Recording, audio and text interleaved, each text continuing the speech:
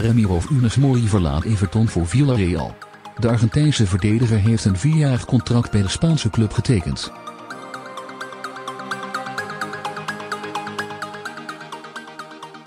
De 27-jarige Mori kreeg het afgelopen seizoen weinig speeltijd bij de Engelse club waar Marcel Brands als technisch directeur aan de slag is gegaan.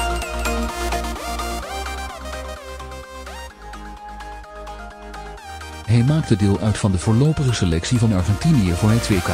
Maar bondscoach Jorge Sampaoli besloot de 19-voudig international niet mee naar Rusland te nemen.